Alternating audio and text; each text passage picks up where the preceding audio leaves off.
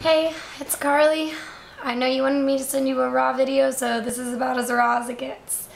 All 4 lights in my living room blew out at the same time, so we are in my kitchen, and I'm going to explain all you wanted me to explain in my kitchen. Free-handed, just me tonight, so we'll see how this goes. Okay, hopefully you can see me and hear me pretty well. Okay, Carly Pflumm. Born in Lenexa, Kansas. No, born in Overland Park, Kansas. Sorry, wow.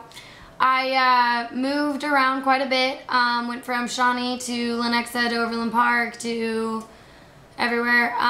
But everywhere in Kansas, which is no fun.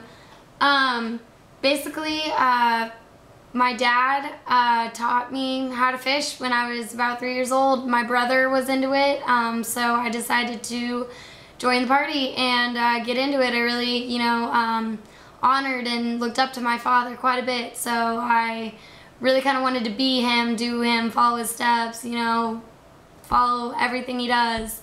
And so that really became my love of fishing. And our first boat ride together, I remember just looking behind the boat and seeing the waves and how they fold together and that light of rainbow that the sun hits in between it. And it was just beautiful, and it's all the emotions with fishing. It's the nature, it's the beauty, it's the peace, it's the adrenaline, the excitement, the skill, the toughness, the endurance, everything wrapped in one. When you have a fish on, it's not just having a fish on. You gotta hook it, you gotta bring it in, you gotta, do all, A, B, C, D, E, F, G, continue. You gotta do it all. And when that rod bends down, that adrenaline right there is just, what do I have on the end of my pole? You know what I mean? Like, what am I going to bring up today? My dad, I really owe a lot of it to my dad. My dad taught me a lot, and I thank him very much for that, because I don't know where I'd be if I didn't have fishing. It's truly my obsession and passion in life. But, let's see. My fishing frustrations with people. When someone is snagged, they tend to pull their rod instead of wrapping the line around their hand and pulling it and breaking it. So it's like, break your rod by pulling it off a snag, or break your line. Which one's more expensive? Yeah, hate that. Also, when people are putting their rods away and they're when you're leaving, if they do not put it in the barb, hook the barb or hook the end of your hook into the barb or the cork around your rod. If they do not do that and wrap it 3 times, it becomes a mess, because I carry multiple rods with me. So if they're all getting tangled up in some stupid screwer's line that did not put their rod away properly, drives me crazy.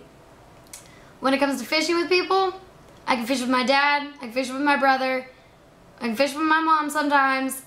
And if my boyfriend's on good terms with me and I don't need a break from him, I'll fish with him too. Anyone other than that? No. Because most of the people I fish with around here don't know what they're doing, and half of it is me explaining how to tie a hook on, how to get a fish in, how to get the fish off. I don't want to touch the fish, yada yada yada, whatever. I don't like fishing with people. I like fishing alone. I'm very competitive that way. Even my boyfriend has yet to ever beat me in fishing. Ever. Ever, ever, ever, period, ever.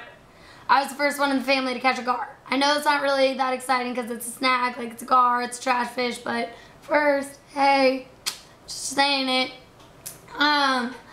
Let's see, my fishing spots, they're usually around Tuttle Creek Park. My dad showed me Rocky Ford. If anyone's from Manhattan, Kansas, they know where that is. That's where I'm currently residing right now. Also, my dad knows a man that has a cattle ranch, so hundreds of acres, 3 ponds on there. One's for just, every other fish, or crappie, bluegill, just small fish. Second one is huge bass, which the video I showed you the Memorial Weekend, huge bass in there. And the third one is just clear as day, beautiful. You don't even need polarized sunglasses to see the bottom of it or a fish in it. It's gorgeous. But, before I get too carried away, let me tell you about what I use. I met a guy down at Tuttle Creek Park. He makes his own jig heads, so I like to use these jig heads. I like to use large jig heads because, in the end, I'm going to catch that fish. That fish doesn't have a chance to get off. You know, I mean, that's my fish. Once he takes a bite, he's not taking anything from me, and I'm taking him in. Also, you know, I like to use salamanders every now and then. You know, they're good. Mossy areas, very well to work with. White jigs, of course. Flukes. Got more flukes.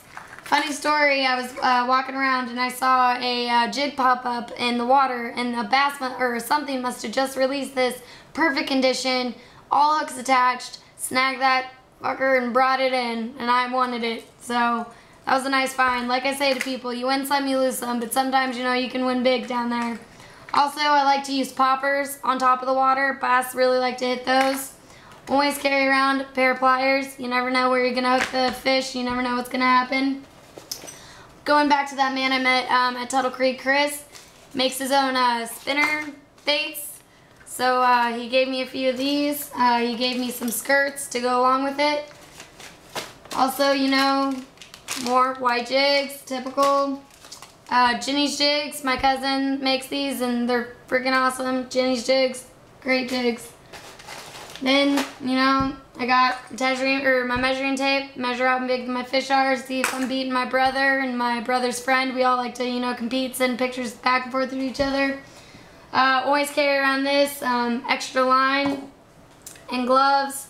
You never know what you're going to run into sometimes, so I always just like to be, you know, extra prepared. Also with my rods, this is my spinning reel, you know, I always use them, 10-pound line. I just think spinning reels are the way to go. They are just easier. Easy, easy, easy. Can't mess up on a spinning reel too bad at all. Ouch. Hooked myself again. This is my other spinning reel. Best reel my dad could have given me. My dad gave this to me actually because one of my reels was breaking. I have plastic worm on it right now. But great. Probably my favorite rod that I have. Definitely by far. And like I had shown you, I have a 7-foot micro-guided carbon light with Johnny Moore's limited series gold bait caster. Won it at a Bass Pro drawing. Great, great, great for open lakes. But fortunately, I don't have a boat, so I can't really take this to a farm pond and get too far with it. Winning this competition would mean the world to me. I mean, look at me. I'm not your average fisherwoman. I'm not your average fisherman. I'm not your average person that you would think that has tattoos, has, you know, a man's mentality, carries around a 4-inch buck knife everywhere. I'm nothing that anyone expects. I mean, I have unique on my wrist for a reason. I have bittersweet on my wrist for a reason. I carry, this is my phone. I'm not your typical girl, and I mean, I'm little, I'm very little. A lot of people underestimate me, and this competition would give me the chance to show everybody wrong, to give me the dream of doing something that I dream about every day. I mean, look, I'm watching Top Hooker, or I mean, not Top Hooker, I'm watching River Monsters right now as we speak. I mean, I love Jeremy Witt, he's my man.